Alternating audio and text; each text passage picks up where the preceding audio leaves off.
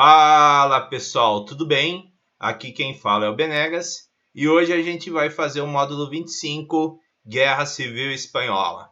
Bora lá? Então, gente, para nós compreendermos a Guerra Civil Espanhola, nós precisamos compreender e rever as questões relacionadas aos regimes totalitários. Então, nós temos a ascensão dos regimes totalitários de direita na Europa Ocidental, como o fascismo e o nazismo.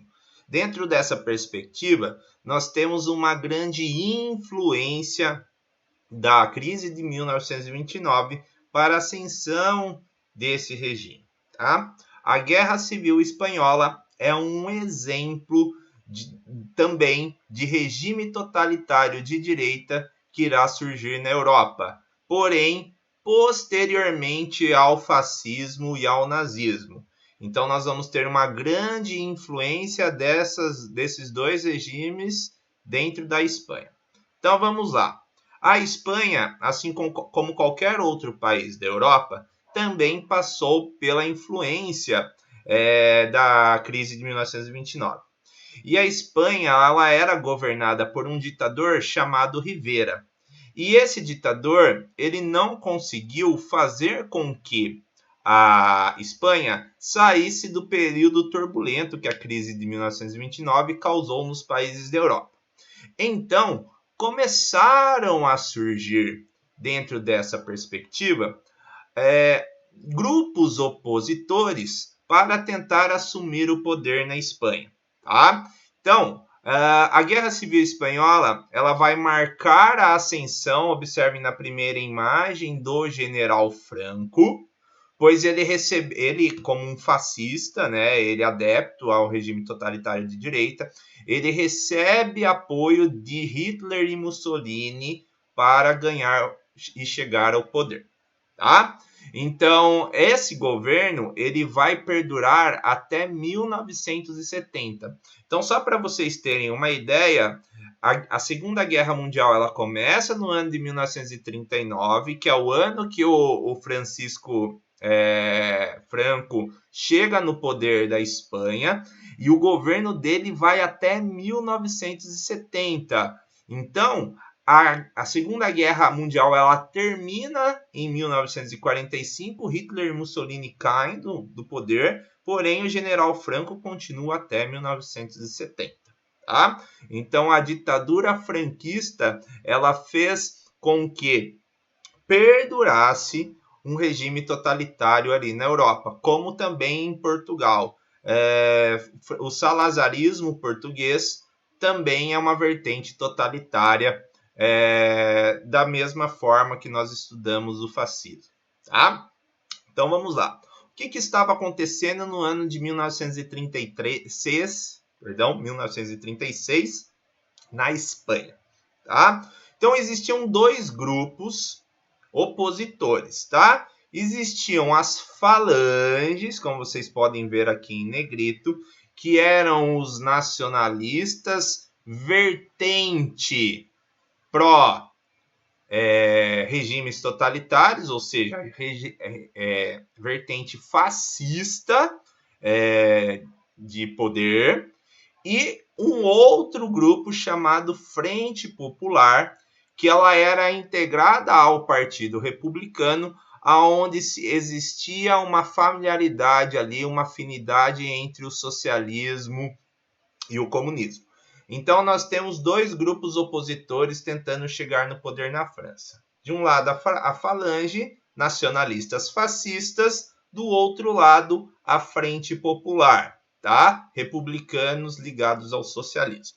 Então, estourou uma guerra para ver quem assumiria o poder. E os nacionalistas, né, a Falange, como eu falei para vocês, ela vai receber apoio de Hitler e Mussolini nesse período. Então, dentro dessa perspectiva, o que vai acontecer? Essa guerra ela vai trazer mais de 50 mil voluntários do mundo inteiro que criaram uma brigada que é chamada Brigada Internacional, como vocês podem ver a bandeira da Brigada Internacional, que é esse símbolo aqui no meio, para apoiar a Frente Popular, para evitar com que a Falange tomasse o poder. Então, a Falange tinha apoio de Hitler e Mussolini, e a Frente Popular contou com o apoio de mais de 50 mil voluntários, tá? Para lutar contra a Falange. Então, como vocês podem perceber nesse cartaz, vamos ler aqui o que está escrito, ó.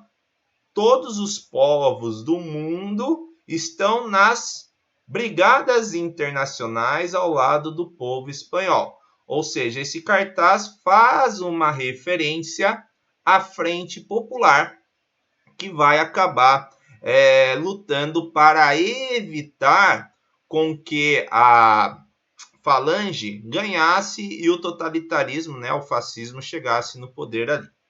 Porém, tanto a Itália quanto a Alemanha, elas estavam investindo pesadamente na indústria bélica, e os dois países, principalmente a Alemanha, viu na Guerra Civil Espanhola uma espécie de laboratório para testar tanto as armas que estavam sendo produzidas nesse período pré-Segunda Guerra, tá? Como as táticas de batalha.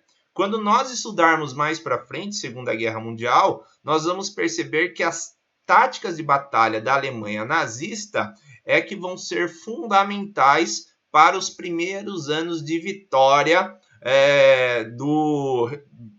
do eixo, né, que é o grupo formado pela Alemanha, pela Itália e pelo Japão durante a Segunda Guerra.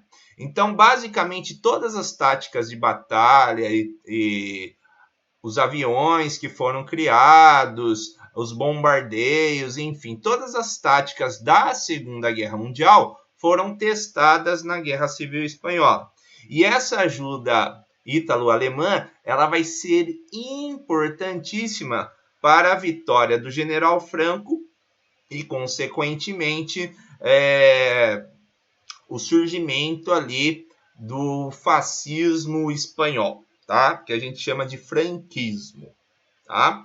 Então, observem essa imagem, nós podemos perceber que uma das principais cidades que foram afetadas ali pelos bombardeios, os aviões nazistas, os tanques de guerra, enfim, a artilharia pesada que a Alemanha utilizou ali para ajudar o general Franco, ele foi totalmente destruído. Então, nós podemos chegar na seguinte conclusão, que se não fosse essa ajuda da Alemanha, talvez as brigadas internacionais conseguissem conter o avanço do general Franco. E por que eu estou usando a imagem de Guernica? Tá?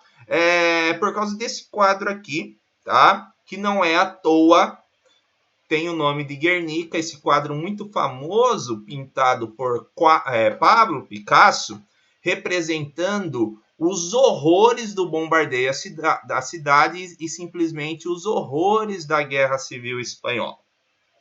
Então, esse quadro ele tem uma história muito interessante, que quando Picasso estava expondo esse quadro em Paris, o embaixador da Alemanha em Paris, ele foi ver essa obra e o Picasso ele estava expondo ela, e ele teria perguntado para o Picasso assim: essa obra é sua? E o Picasso respondeu firmemente para ele: não, é sua. O que ele quis dizer com isso, gente? Se não fosse a ajuda da Alemanha, né, nesse grande laboratório que ela fez na Guerra Civil Espanhola, a destruição da Espanha e, consequentemente, de Guernica, ela não teria acontecido, tá? Tanto é que o Picasso ele percebe a repercussão que essa obra tem, ele faz um contato com o Museu de Arte Moderna de Nova York, onde ele vai se refugiar, ele faz um contrato lá com o museu e ele faz esse contrato visando proteger a sua obra do governo franquista. Então ele fala o seguinte, que ele só iria sair dali, esse quadro só voltaria para a Espanha quando acabasse a ditadura espanhola ali, o fascismo franquista no país. Tá certo, gente? Essa é a aula de hoje. Beijo no coração de todo mundo. Tchau, tchau.